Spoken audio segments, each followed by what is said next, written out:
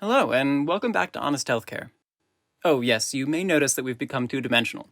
This will give us the freedom to cover a wider range of topics while providing visual aids and respecting social distancing measures. But don't worry, we may have some Zoom interviews for you in the near future.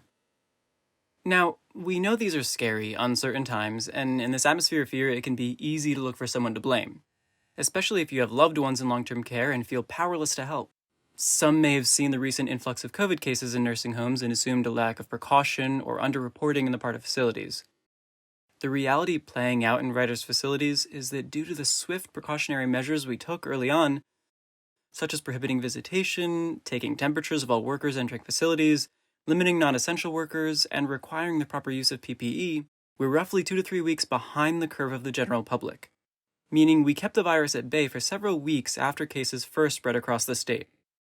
Now we're at the stage where some nurses who've recovered from the virus and developed antibodies are able to return to work. There were talks early on about opening up previously closed buildings to be designated COVID-only facilities to further prevent spread, but action by the state to set up these alternate facilities came a little too late to be useful. We recommend that states with less advanced outbreaks outline a contingency plan for nursing homes, particularly if they intend to start lifting stay-at-home orders. We are doing everything we can to minimize the spread of the coronavirus in our facilities while continuing to provide residents with the care they need on a daily basis. We want to stress that infections are not indicative of any lack of precautionary measures, but rather an unprecedented virus which is highly contagious. One facility in Fairfield County is using a room ventilation system that creates negative pressure in rooms. Because COVID-19 can be transmitted by breathing the air around an infected person, this drastically reduces the transmission of the virus. However, while this technology is proving highly effective, many facilities currently lack the financial resources to install them.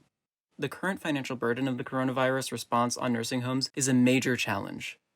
With virtually every distributor of PPE overcharging, the census crash that resulted from the crisis has led to a drastic loss of Medicare payments, and we are giving $50 bonuses per shift to employees continuing to work during this time, totaling roughly $250,000 in bonuses per month.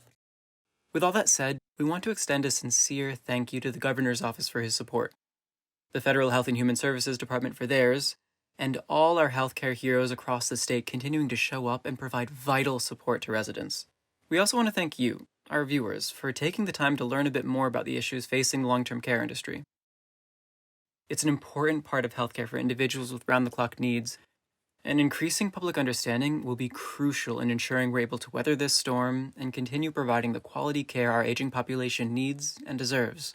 So please, like, subscribe, and share this video with anyone you think might be concerned or curious about the state of the long-term care industry in the time of COVID-19 and beyond.